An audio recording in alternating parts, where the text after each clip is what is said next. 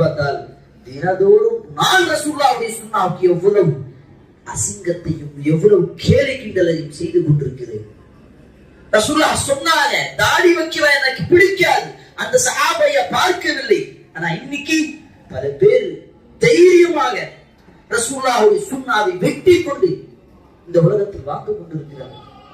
Pant கரண்ட காலுக்கு கீழே இருக்கும், எந்த கவலையும் கிடையாது. நம்மளுடைய வீட்டிலும் பைக்கிலும் போனிலும் பாட்டு ஓடிக்கொண்டே இருக்கும். குர்ஆனும் ஹதீஸும் அக்கம் பக்கத்துல கிடையாது. இப்படி வாழக்கூடிய நாம் எப்படி அல்லாஹ்வுடைய உதவி வரும்? சகோதரர்களே, அல்லாஹ்வுடைய தூதர் ஸல்லல்லாஹு அலைஹி வஸல்லம் சொன்னார்கள், யூஷகுல் உமம் அன் துதாஅ, ஒரு காலம் வரும், அந்த காலகட்டத்தில் முஸ்லிம்களுக்கு மிகப்பெரிய தாக்குதல் ஒரு சிறிய கூட்டம் கொடுப்பார்கள். மற்ற கூட்டம், அந்த கூட்டம் முஸ்லிம்களுக்கு அதிகமான தாக்குதலை ஏற்படுத்துவார்கள்.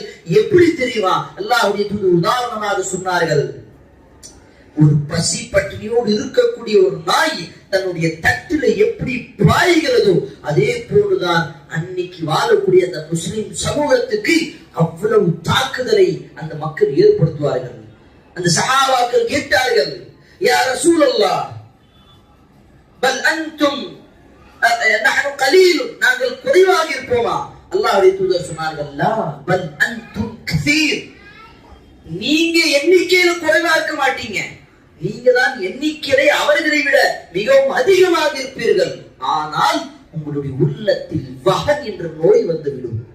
சஹாபாக்கள் கேட்டார்கள், வமல் வஹன் யா ரசூலல்லாஹ், வஹன் என்றால் என்ன யா ரசூலல்லாஹ்?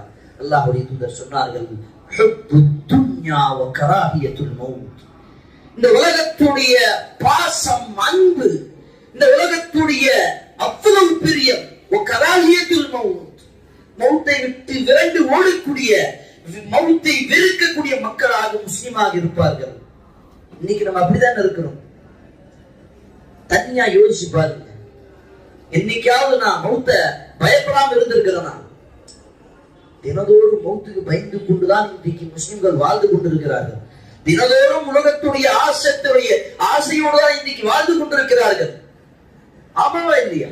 வெளியே போய் பாருங்க சகோதரர்களே. ஜுமாவுடைய அதான் சொல்லப்பட்டது. குர்ஆனிலே அல்லாஹ் சொல்கின்றான், வதருல் பை, வியாபாரத்தை விட்டு விடுங்கள், அதற்கு பிறகு வியாபாரம் செய்தால் ஹராம். அந்த நேரத்தில் வியாபாரம் வரக்கூடிய காசு, பணம் எல்லாம் ஹராமானது. ஆனால் அதற்கு பிறகும் நாங்கள் அவ்வளவு இந்த உலகத்தில் மூழ்கி இருந்து அந்த காசு பணத்திற்காக ஜுமாவுடைய அலாரையும் இகாமத்தையும் தொழுகையும் ஹுதுபாவையும்